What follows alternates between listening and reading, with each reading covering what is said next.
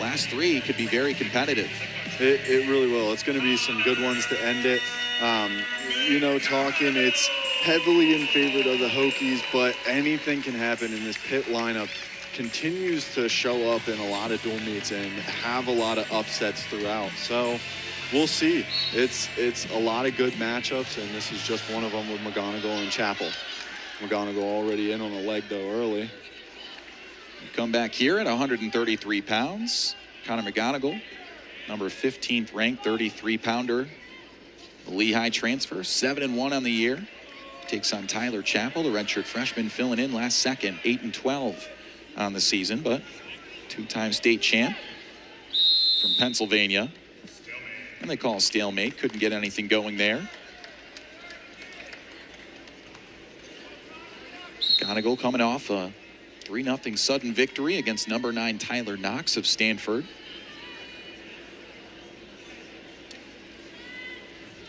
One of those team players, Jarrett, who changes weights for the betterment of his squad. Started at 141. It's a tough position to be in, but at the same time, that's a lot of respect and pressure put on you from your coaches. It shows how much this team depends on you. And Tyler Chappell has been a guy who just continues to go out and show up for the Panthers.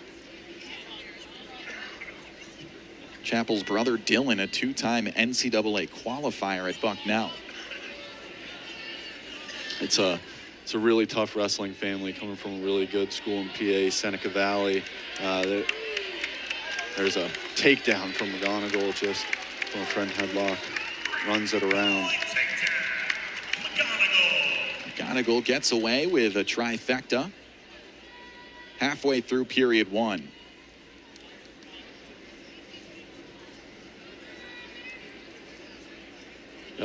McGonagle had a tight claw there. Thought he was going to maybe try and roll him through, get some quick exposure, but here, got that leg across. Chappell has it at the ankle and under. He's going to try and get to sit out, try and shoot his body down through the middle, but McGonagle gets the boots together, straightens him out, and there's that claw.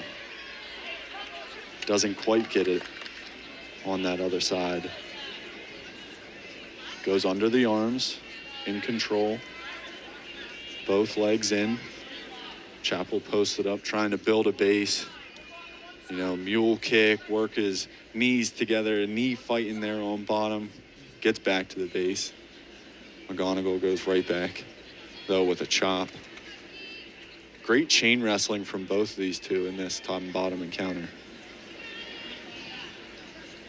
Again, Chappell filling in last second. True freshman for Pitt. Taking on the graduate for Virginia Tech. And a guy who transferred to Virginia Tech from another star-studded program in Lehigh. Lehigh Valley, a pipeline of good wrestling in and of itself. 3-0 to the first period.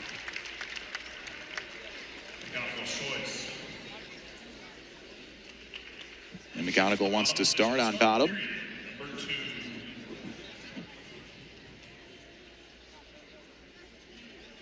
On a matchup like this, is it a matter of experience, size, strength? It's a bit of everything. I mean, this is a grown man going up against a redshirt freshman. A little somersault through. Nice reversal. Get those hips.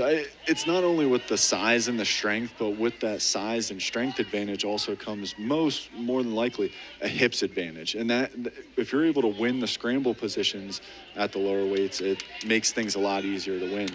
We're seeing a complete style change in wrestling as a whole, where we're seeing an influx in scrambling and that sort of style.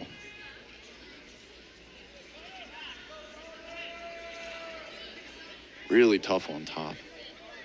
Really tough on top. Both legs in, working that claw and the one-on-one on the same time. I mean, Chappell's not having any time at all to relax. If you're Chappell, how do you free up some space and build a base here? Exactly what he's doing right there, where he's starting to butt scoot and get his hips away from McGonagle. Just a little bit of pressure. Now, there's always a risk of, getting sucked back and, going to your back in that way. But you need to shoot down and turn in real quick to get out of there from that crab ride position. On the edge of the mat, under 40 seconds to go in period 2. Some back points here for McGonagle. Able to get an exposure, and that's another thing from wrestlers who work and ride on top with legs is when you wear a wrestler on bottom down after a while and you ride them for a couple minutes and they can't get an escape, they can't get out, they start to panic and they start to roll into you and try and headhunt, or they try and drop their hips and catch you sleeping a couple different ways, which then opens up quick back points like that. As we've seen in this match already, McGonagle extremely effective with that claw. I think a lot of people really starting to put on notice how effective just a simple legs and a claw are. Riding time already secured for McGonagle before the end of the second period. 8-0. Virginia Tech's McGonagle taking on a last-second replacement for Pitt. The experience difference showing here. With 2 minutes to go, Virginia Tech could add to an 18-9 lead just 3 matches after this. McGonagle looking like he's just stalking him down there, Chappell back to the edge of the mat. McGonagle controlling that center, and that's the type of match that it's been. But Chappell needs to find a way to get on his offense and find a way to keep bonus points away from the Hokies. McGonagle does not care who's in front of him. He's competing with a chip on his shoulder. Earned an at-large bid to the NCAA championships last year, but couldn't compete because of an injury. Back with a vengeance this year. 15th ranked, 133-pounder. And carrying the weight of the redshirt freshman Chappell right now. 1 minute remaining. 1 minute remaining. Chappell doing a nice job keeping those knees together. Makes things so much more difficult on the offensive wrestler than get them through. McGonagle gets the takedown after a little bit of fight from the redshirt freshman. An impressive showing. Gets the legs right back in. 35 seconds left. He's looking for even more. 12-0 McGonagle. 30 seconds to go. He's secured the major decision.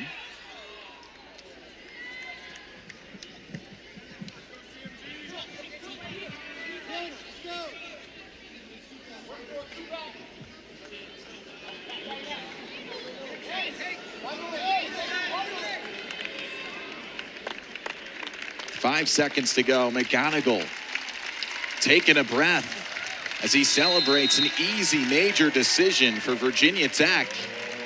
13-0 the final here at 133. We've got 2 matches to go, and Virginia Tech adds to their lead. 22-9. Hokies got to feel good after that. That was pure domination from every facet of the match there. Controlled on his feet, multiple takedowns, and then a clinic on top. I mean, that was just, as soon as he got one boot in, it didn't matter. 1 boot, 2 boot, he was looking for back.